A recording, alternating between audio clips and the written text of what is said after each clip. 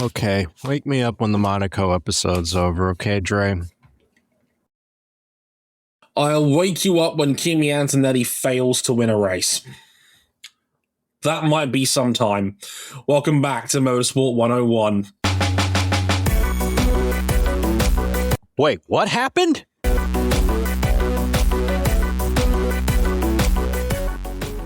Yeah, he won again. This is starting to become a problem. Hello, everybody. Welcome to episode 662 of Motorsport 101. I'm your friendly neighborhood host, Dre Harrison. Glad you could join us again on the back half of part one of this monster recording 24-hour window of fun. And in this edition, we are going to talk the Monaco Grand Prix. And, well, normally we're down on Monaco a lot these days, and rightly so. It's kind of an outlier for all the wrong reasons in Formula One these days. But if nothing else, in this year's edition, we got some mess. And everybody loves a bit of mess in their motorsport every once in a while. Isn't that right, RJ O'Connell? That's right, dog. And look, Dre, I just think that it's neat that you brought me in to record 2/3 of the Triple Crown of Motorsport together. Mm-hmm. Now, granted, I know the definition of Triple Crown of Motorsport is malleable because sometimes the F1 leg is the Monaco Grand Prix, sometimes it's the World Championship. I just say I'm too delirious to think about it right now because it is literally midnight in France. Go back and listen to our Le Mans preview. Yes, I'm still in France. He is still here. He will be for another week or so. But he did catch some Monaco, so it's only fair that we talk about it now. Well, so was everybody else in the Le Mans media room, by the way. So it's I can imagine. Yeah. It's just down the road, isn't it? Yeah, I mean, the big headlines. Kimi Antonelli wins his 5th Grand Prix in a row, which is something that if you'd said to me it would have happened a year ago, I'd have said you were on narcotics. But the real story is everything that went on behind them, and we have a lot to discuss in regards to that. The title game, Ferrari having a good day but also a bad one at the same time, and some of the internal politics in regards to that. Penalties. More penalties than a Champions League final. Some given, some not given, some taken, some not taken. Said to even more penalties. A potential point for Cadillac that goes a squander due to, as mentioned, a penalty. And some engine upgrade talk as well, because the FIA is holding out, but apparently the teams know something that we don't in regards to the ADUO program and what it means for the state of the field. All of that and more in the next hour or so. But before then, let's discuss where you can find us real quick. We're on youtube.com/motorsport101. We're on facebook.com/motorsport101. The podcast is on Twitter at motorsport_101. If you have to follow our personal handles on Blue Sky, you can at RJ O'Connell and at dreharrison.bsky.social. The pod is also on Instagram for video highlights at motorsport101. It's also on TikTok at M101_podcast. You can check us out on there as well. If you really like us as well, you can back us financially on Patreon, patreon.com/motorsport101. $5 gets you early access to all our episodes. You can upgrade to the $10 tier to listen to these episodes live as they're being recorded, as Kira and Jason are doing so right now. Thank you for sticking around, folks.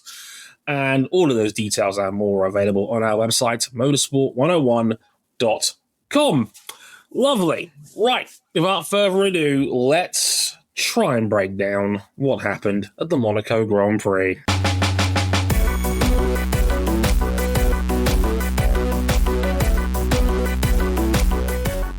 I mean, this weekend was wild from the get-go. It's the Monaco Grand Prix. It used to be part of Day of Classics until it wasn't. We moved it on the calendar, and now it's in June, and it's kind of weird, but it's here now, and Ferrari fans were really snorting the copium after finishing a 1-2, an FP1 and FP2. But then Mercedes found that speed overnight as Kimi Antonelli took his 4th pole position of the season by just 0.04 of a second over Max Verstappen in the Red Bull Ford? Yeah. Oh my gosh. And if Max Verstappen gets a good launch here, I mean, we know the Mercedes struggles off the line, and Max Verstappen only needs a good launch to potentially break through and win the first Grand Prix for Red Bull Ford, and his engine dies off the line with the lights out, and away we don't go in the case of Verstappen. So Antonelli got a free pass to Sand thought. No heroics needed. Went to work ahead of the Ferraris of Lewis Hamilton and Charles Leclerc. First 28 laps were pretty quiet. Typical Monaco fare, apart from Isaac Hadger battling George Russell with deployment problems and Lando Norris retiring with an engine failure of his own on McLaren's 1,000th Grand Prix. 1,000th is really just a concept that it's up to you to decide, really. A quick side note on this one. It technically isn't McLaren's 1,000th race, and I think they knew that because this was technically their 999th Grand Prix because they had a double did not start in China. So technically, they didn't take part in that race, even if they were on the entry list. So I think they knew that because they're also going to be running this 1,000th race livery in Spain this weekend. So I think there's a little bit of internal guilt that they knew that this was going to be happening, because normally these sorts of liveries and brand deals and activations are normally planned out like months in advance. So I think it's technically their 1,003rd race as in they've been on the entry list. Technically it's 1,002 according to Kira in the chat, but when it comes to double DNSs and other fuckery, it's more like 999. Whatever. It's a concept. Roll with it. Right. So then we get to lap 60, and Lance Stroll hits the wall at Anthony Nogues, bringing out a safety car. After more pit stop confusion, we set up for a restart, but then Charles Leclerc went into the same wall that Stroll hit, bringing out a 35-minute red flag to tend to broken asphalt entering the final quarter. This then sets up an 8-lap standing restart for the checkered flag, and Kimi Antonelli was still untouchable ahead of Lewis Hamilton, and Pierre Gasly finished third for the nearest thing he get to a home podium. And nope, he had 10 seconds of penalties for speeding in the pit lane twice. That dropped him to 7th. Kimi becomes the youngest ever Monaco winner, and he does it with a grand salami. Get out the rye bread and the mustard, Grandma. The youngest man to ever have a Grand Slam in Formula One at age 19. The youngest to ever do a Grand Slam at Monaco. And that is his 5th win in a row. And he now has a 66-point lead in the championship. Hey, if he wins one more race, he ties George Russell's career wins total. He's more than halfway to Charles Leclerc. And Leclerc's done. This is year 9 for Charles. He just signed an extension. He signed an extension this weekend, which allegedly takes him to 2031. Wow. Apparently Leclerc's got 5 years left of this. Holy Moses. That's all? I mean, you put it out here. Kimi Antonelli, odds-on favorite to win the title now with a 5-to-1 odds. It's 5-to-1 on, which is a nice way of saying 1-to-5. That's an implied probability with the bookies at 80%. Wow. You know, if you would have guessed going into this year that after 6 races, Antonelli would be a 1-to-5 championship favorite, I would have called you crazy. This is, I don't think even Antonelli's biggest fans, and there was a lot of admirers from his time as far back as Frecker, would have ever thought that he'd be this so quickly. I'll just leave this in the words of legendary accredited Formula One journalist Spencer Hall. Quote, Kimi is too young to know he can't do this. Yeah. He's had 30 career starts, and he's won 5 of them. Lewis Hamilton had never won more than 5 in a row across his career. Antonelli's done that in year 2. It's justifying the toughest decision that Mercedes ever had to make in this era. It's paying off handsomely, and like, you just wonder, what is the rest of this year going to look like for Kimi Antonelli? How much of this can he possibly keep up? Because surely there's no way he wins out the rest of the season, right? No. And, well, it's weird in the sense of, as mentioned, Friday, it looked like Ferrari were the favourites going in. I mean, Lando Norris had been very candid in saying that, well, look, the way Ferrari's calibrated, they should be winning here. And I agreed. I thought, well, hang on, smaller turbo, less turbo lag, they can put the power down a little bit earlier. Ferrari typically have great mechanical grip. They have proven to be good in that sort of low to medium downforce kind of track where they're hard to pass already, and this is Monaco. Everything was suggesting that Ferrari were going to be strong, and on Friday, it looked like that was proving to be right. And then overnight, Mercedes and Red Bull just found something. Like, because Antonelli from Saturday on was just completely untouchable. Max was the only one that was close. You know what this feels like? It feels like one of those specials where, like, yeah, Ferrari's fast, and then everybody else turns up the pace come Saturday.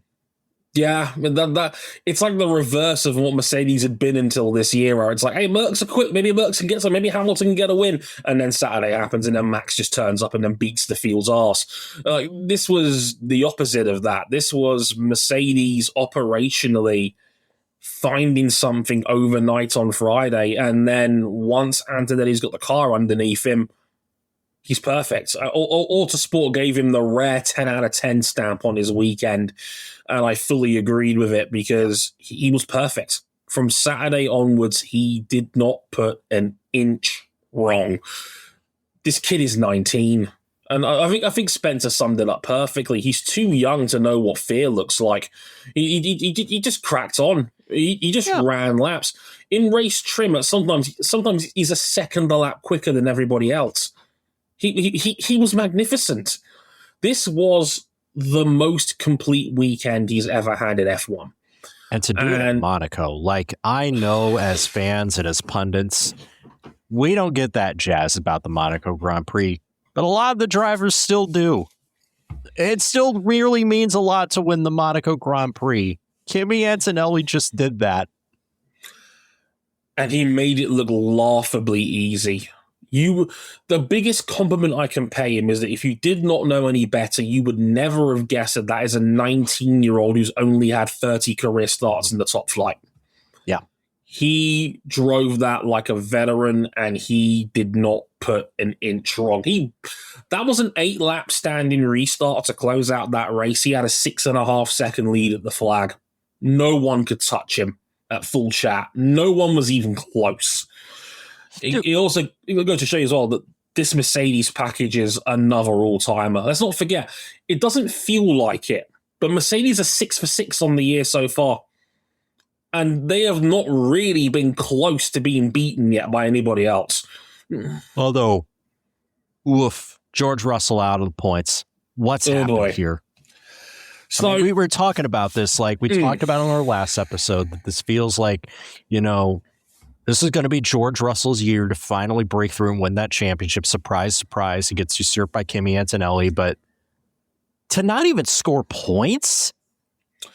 It's funny. I got a lot of people, when he put the video short out about Russell and the scrappy nature of his career last time out, I had a lot of Russell fans saying that he was going to figure this out.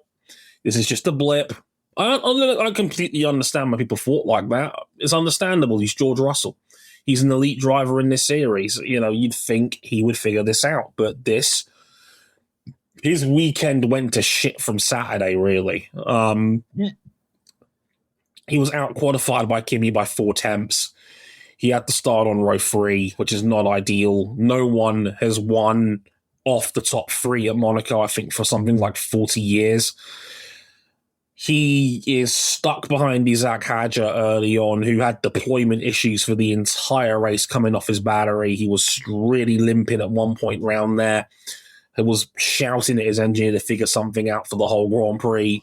It works out in the end, but George gets the undercut and comes out in front of Hadjar when they take what we think was going to be their one mandatory stop for the race, because the two mandatory stop rule got scrapped for this year after last year's mess. And he gets done for speeding in the pit lane. He's not the only one. 5 people got caught out for this. We'll talk about it a little bit more later. But there was a fundamental error. When that safety car comes out on lap 60 for Lance Stroll, a lot of guys will come in for a stop, slap some soft tyres on because they don't want to potentially get caught out on fresh rubber. George Russell's in a double stack with Kimi because he's been lapped by Kimi, which is already wild enough as it is. And there's confusion on the pit wall that because Russell is in the queue to get into his box and he sat there for 5 seconds, Mercedes, for some reason, thinks that means they've served the time penalty.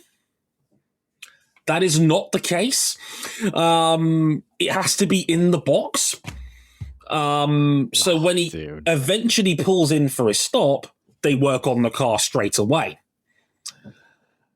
That means they've not served the penalty correctly. Oh dear. Classic F1 rule, if you do not serve a penalty properly, it is upgraded. And it was upgraded to a drive-through penalty. It was declared during the red flag we got after Leclerc hits the wall. It's a DTP. He has to take it on the green flag condition because it will stand in restart. And it drops him out of the points. It is a catastrophic mistake from Mercedes pit wall. It's the second year in a row they've completely fucked it. Because this happened last year as well, where Russell had a drive-through penalty because Toto Wolff forgot there was a 2 mandatory stop rule. And they remembered right at the end, and it almost caused beef between him and James Vowles, which was resolved. But just when it rains, it pours for George. I mean, we were coming off the battery failure last week in Canada, and now this. Back-to-back donuts, back-to-back races Kimi's won. It was a 17-point lead going into Canada. It's now a 66 point. He's now 68 points back, because actually Hamilton's now second in the championship. That's right. Russell's now third in a 2 Honts race. Another good weekend for Lewis Hamilton. Broke the record. Broke one of his own records. He's tied with Ayrton Senna. It's his 8th Monaco podium finish. Only Ayrton also has 8. And fun fact, he was older than both of the other drivers on said podium combined. That's right. Hadjar's 20, Antonelli's 19, Hamilton is 20. It's Hamilton's 41. Yeah. Oh my God, Hamilton's 41.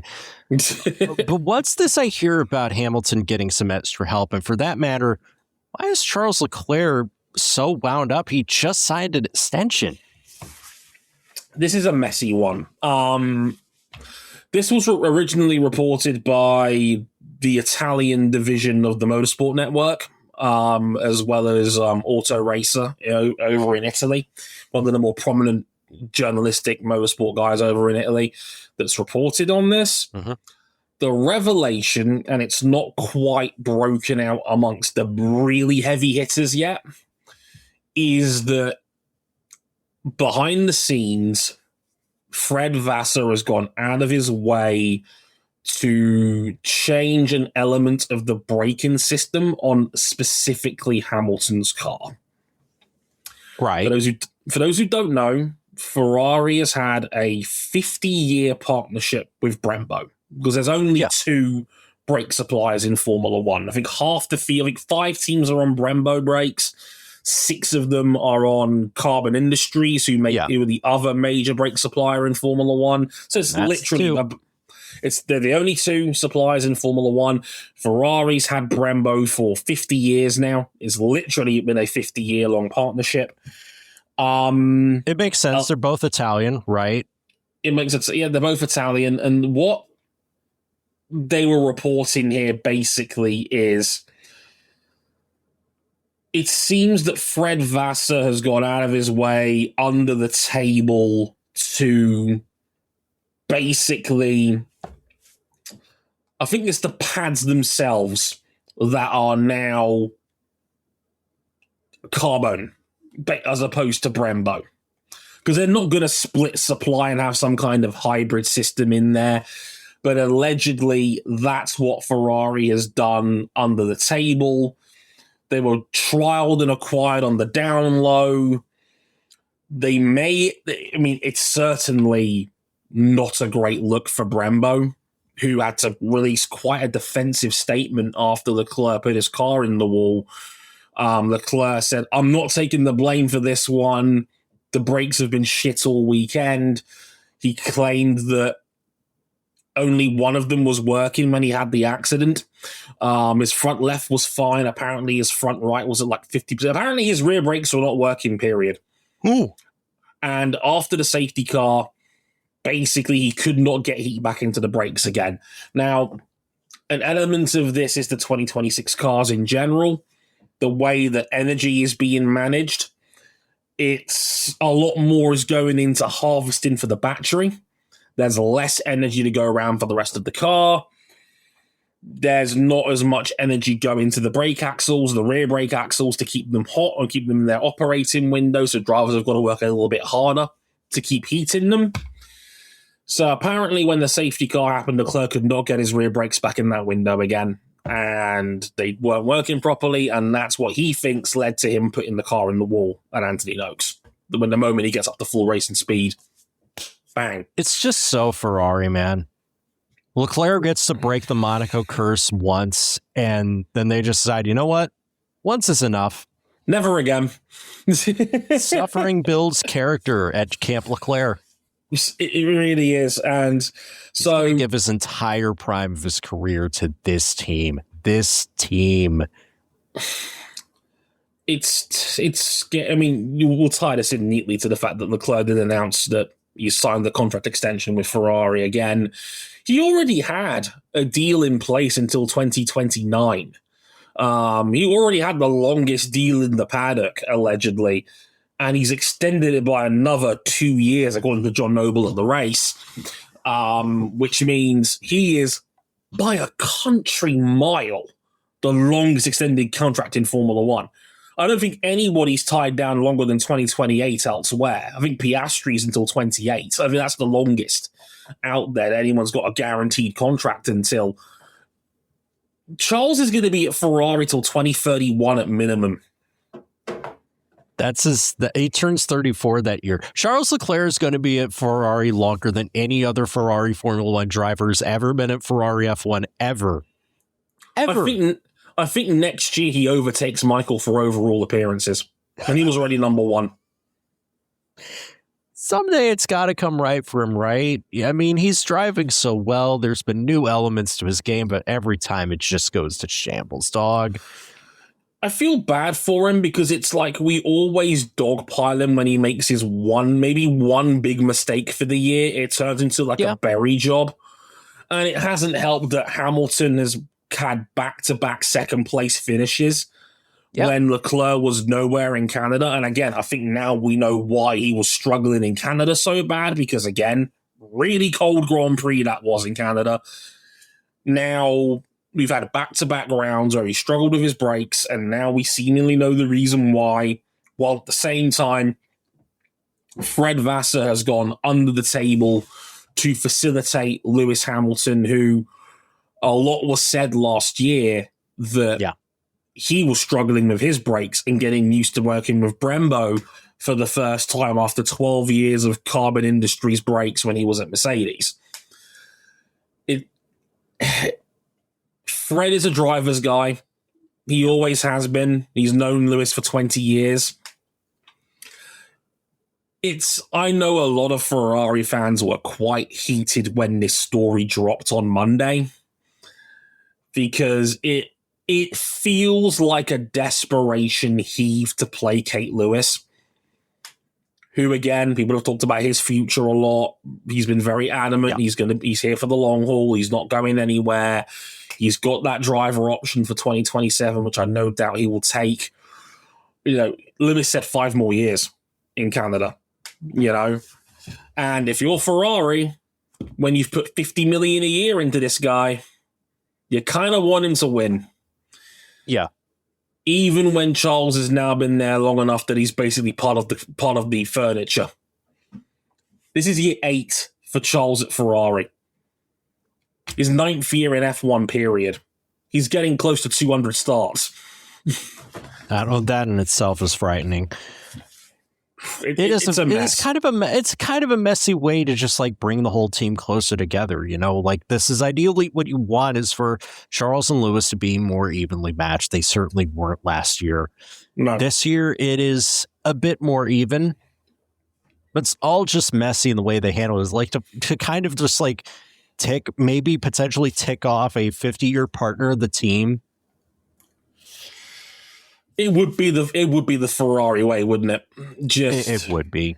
Just what's the messiest way we can potentially solve this problem? I know. Let's change brake suppliers under the table for the sake of our £50 million a year golden talent that John Elkann couldn't help but throw under the bus a year ago. Oh, Great. Man. I think what they should do is they should add a third for Scuderia Ferrari entry that is privately entered but gets all the same resources. But they never let it win when they have the opportunity to let either Charles or Lewis win. Go back to our Le Mans preview to listen more for similar stories potentially. We got to talk about penalties too, and in one in particular, it's just we were so close to our first Cadillac point of the season, but no, we just can't have it. Okay, welcome to the Dre Harrison breaks down the penalty segment of this game. It's like Ref Watch on Sky Sports Football after a week of the Premier League where former ref Dermot Gallagher shows up and says, this should have been a penalty. This shouldn't have been a penalty. This wasn't a red card. This may have been a red card. Right. This was the messiest race for penalties I can remember in a long, long time. Now, as mentioned earlier, 5 drivers got dinged for 6 speeded in the pit lane infractions over the course of this race. They were Lewis Hamilton, they were George Russell, Oscar Piastri, Franco Colapinto, and Pierre Gasly. Gasly actually did it twice over the course of this race. Ooh. Now, everybody was asking, well, why is it that there's been so many speed in the pit lane penalties? You might get 1 in a Grand Prix on a rare occasion, but you're never going to get 5 or 6 at once on the board. Like the timing tower was a sea of red exclamation points. So why was this? There was a reason. For those who don't know, we do have 11 teams in Formula One now. Cadillac Finally. is here. Yay! Cadillac is here. And well, with that means there was more of a space on the inside of the pit lane because you've got to have space in front of the garage to pit stop your cars, obviously. What the drivers were doing were they were cutting the fast lane en route to the pit exit.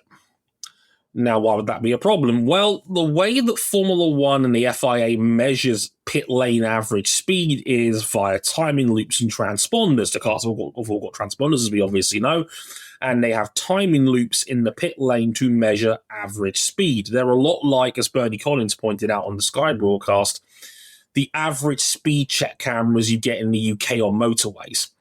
So there's a timing loop, and they will measure the distance taken or the time taken to get to those 2 points, and they'll work out an average that way. Because they were cutting elements of the track to get out of the pit lane, even if their limiter was on at 60 kilometers an hour, which is the pit lane speed limit at Monaco, because it's taken them a shorter amount of time to get to the exit, that lifts the average speed up, even if your limiter was on the entire time. And that is why there were so many speeding in the pit lane penalties, because they were telling drivers during the race, don't cut the line, because that you're risking a penalty. And unfortunately, a lot of people did not heed that message. And that is why there were so many speeding in the pit lane penalties. And for Pierre Gasly, it doubly hurt because he did it twice. He did it once during his mandatory stop, and he did it again when he was coming in for the safety car stop on lap 61. He hadn't served the original one yet, so he was given 10 seconds total, and he was third over the line. He actually celebrated like he'd got a podium finish for Alpine, which would have been an incredible result. Even though he'd been told in the pit lane he's had 2 penalties, he forgot when he crossed the line, and then he heard the heartbreak of, no, wait. You got to go to Parc Ferme. You're not on the podium. We had 10 seconds of penalties to serve. He actually finishes 7th. Now, Alpine has lodged a right to review on this. We'll be hearing that on Thursday. They're not getting it. I just need to. You know the meme of the guy that's trying to chase down the balloon and the big red guy that comes up behind him and just like holds him around the waist? Yeah. Gray guy looks behind him, is just like, that's Pierre Gasly looking at his chances of a Monaco Grand Prix podium, a 3rd place finish for Alpine, and it all just dissipates. He drops down to 7th. We still have a French guy on the podium. It's Isaac Hadjar, but it could have been Pierre Gasly, you know.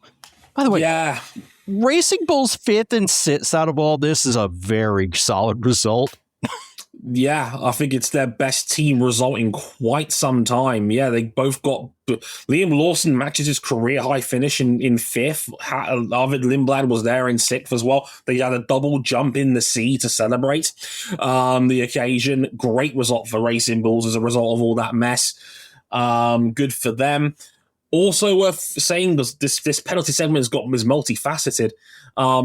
Just to clarify, Alpine have already kind of admitted behind the scenes they're not winning that right to review. I think they just kind of want what the plan is here written down for clarity's sake.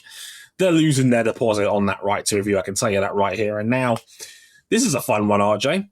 Did you know that during the red flag that we got, at a certain point, because of the deployment problems he was having, Isaac Hadjar's car is being changed by the Red Bull mechanics. They're trying to change the spark plugs in his power unit. An FIA scrutineer taps them on the shoulder and goes, "You're not allowed to do that. You don't realize that, right?" You can't do that. Red Bull very quickly reverts the car back to the old specification. This incident was referred to the stewards. Hadjar had to go to the stewards on a red flag infringement, basically, but was cleared. And why was he cleared, Trey Harrison? He was cleared because the car was in the exact same state that it was when the red flag was called. Simply put, I don't love or hate this decision. I just find it interesting that Red Bull got away with that, because motorsport, normally touching a car under red is one of the biggest no-nos in the book. Exactly. And basically, the scrutineer pointed out that this was a rule break, but it's like you were attempting to change the spark plugs on the car, but you don't get dinged for that. There's nothing in the rule book to say you can't change the spark plugs as long as you put them back the way they were before, it's fine. They're closing that loophole crazy, though. Oh, yeah. Oh, and one more in the penalty game segment, because you mentioned it briefly. Sergio Perez, who sadly picked up not one but 2 penalties in the course of this race, both the original start and the stand-in restart. He was out of the box. The first time round, the original start, Gabriel Bortoleto didn't take the grid. He had to start from pit lane because he had technical problems with his car. They had to recycle the battery. Naturally, that means you just leave his slot empty. But Checo went into Bortoleto's slot. Not allowed. Out of position on the grid. Penalty. They were still on to get 10th place on the road. But then on the second restart after the red flag, he's too far forward in his box. And I looked at the replay. He wasn't even close. He was way over. Sergio Perez is a veteran with nearly 300 starts. He's won this race before. And I find it ironic that, like, his old teammate Nico Hülkenberg got a 10-second time penalty for causing the collision with Carlos Sainz. And that would have helped Sergio Perez move from 11th to 10th, get Cadillac's first point of the season. And it all comes to nothing, by the way. And once again, Cadillac having to refute rumors that Valtteri Bottas' seat is in jeopardy very soon. Yeah, I think a lot of people have caught on to Bottas's poor start to the year and have put 2 and 2 together and put nitroglycerine on it and said it's 22. Graham Loudon. Hit me. You have 20, sir. I'm looking for that blackjack. No, it's Graham Loudon had to shut that down really quick a week before we got to Monaco. I love aggregators, don't you? I do find it a trifle concerning that 2 race weekends in a row, we've had to have team principals angrily come out and defend their drivers off the back of aggregators reporting that their drivers are going to be cut mid-season. Because this was Ayuka Komatsu at Canada over Esteban Ocon, and Komatsu swore like a fucking sailor. Like, apparently he swore like his predecessor. Like 17 swear words in a rambling speech to the media saying that it was fucking bullshit that this was all going down. I thought Gunther left the team. I thought he was fired. He's still here in spirit. That as Kira puts in the chat, that is the rambling rant of a man who was definitely raised in Coventry. As a guy who's got family in Nottingham, let me tell you that is absolutely valid, because Nottingham is literally just up the road from Coventry. But yes, he swore like a sailor, and Loudon had to basically shut down the rumours that Bottas is getting cut mid-season, saying that these drivers have got to develop the car just as much as they have to drive it. And that's a really hard thing to do for a brand new team. And there's no way they're talking about making a driver change yet. I think there's still rumblings in the air that Colton Herta might be in that seat next year. Because even if the F2 thing doesn't work out, they can just give him 6 FP1s and he can get to 40 super license points that way. He's on 35 right now. He loses 1 for finishing 10th in IndyCar in 2023. So if he does 6 FP1s, that gets you to 40 points. So if they really want Colton in the car, they can do that. They'll just give him the FP1s because it's not coming out of the F2 results. Yeah, it's not working out there right now. Not at the moment anyway. He's not going to get in the top 10 the way he's driving right now, unfortunately. But we'll see how that goes. So as a result of Perez dropping from 10th to 15th, Fernando Alonso inherits P10. Aston Martin are on the board with a point. Okay.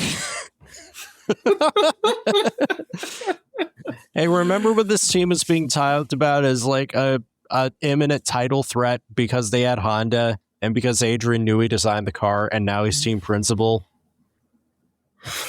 Yeah, and this was actually the first race weekend that Newey was in the paddock for the first time since Australia. I think, bless him, the Daily Mail reported that he's had a bad case of pneumonia, which is the reason why he's not been with the team. So I'm glad that Newey is back and seemingly healthy, which is always good to hear. Okay.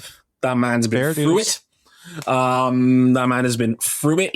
Let's not forget, he is 68 years old. He's a bit old to be doing this whole travel into every round thing. Yeah. But you know, it's a nice shot in the arm for Aston to get a point. It also makes it really hard for Cadillac to get off the bottom now, because that's a hell of a tiebreaker to get that one single point. It means that it's likely Cadillac will have to get 2 now to take 10th place. Oh, yeah. Worth pointing out, for all the hype, Audi only has 2 points so far this season. It was such a good start to the season. It was a really good start to the year, and now what's happened? I think reality has hit them quite quickly in that, Bortoleto got 2 points in Australia, the opening round, by finishing 9th. They showed really good pace, but they've had a lot of technical gremlins since then, a lot of power unit issues, a lot of power unit failures, a lot of battery failures, a couple of fires in Miami as well, let's not forget. It's been messy. I think the honeymoon period for Audi is certainly over now, and this was a really good weekend on paper for them. They looked really quick. They were looking like they could get both cars in Q3. Brought a special livery and everything. Yeah, the new Volare Yellow came back. That was neat. To celebrate the launch of the new Audi New Volare concept. It's definitely not a Temerario with Audi badges on it. Definitely not. No, unique design, etc. No, but just a rough weekend for Audi there when they had a really golden chance to get some points and distance themselves from that wooden spoon chase. And now they're right in it because Aston fluked a point. That can happen in F1 sometimes, and they got lucky and they hit the jackpot. Their car is junk, but they've now got a point to show for it. It really is still junk. Yeah. And before we go, people have been mentioning this as well. The FIA ADUO program, the additional upgrade and development program that they have, it's rumored that the first list is due to come out later this week. Apparently the teams already know what's on the list. And it says on my notes here that the best ICE is Red Bull? Oh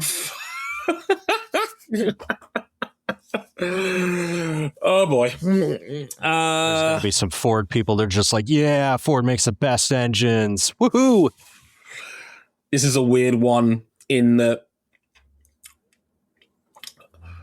the FIA the way they've done this is that if you're more than 2% behind what they think is the best power unit on the grid, you're allowed one power unit upgrade for the rest of the year. And if you're more than 4% behind, you get 2, basically. They determined that Red Bull is the number 1 team for power units right now. I believe Mercedes and Ferrari are now due to get 1 upgrade because they're more than 2% off the top. So hold on. The best team in Formula One that has gone perfect is going to get an engine upgrade. Yep. Damn, that's crazy. And Honda and Audi are going to get 2 because they're more than 4% behind, basically. Audi and Honda is not a surprise. Audi didn't want an MGUH on these power units because they're expensive, so they will always kind of be working behind in that regard. Honda has struggled since coming back. We've talked about it before. Honda's not the Honda we thought it was going to be 4 or 5 years ago. Yeah.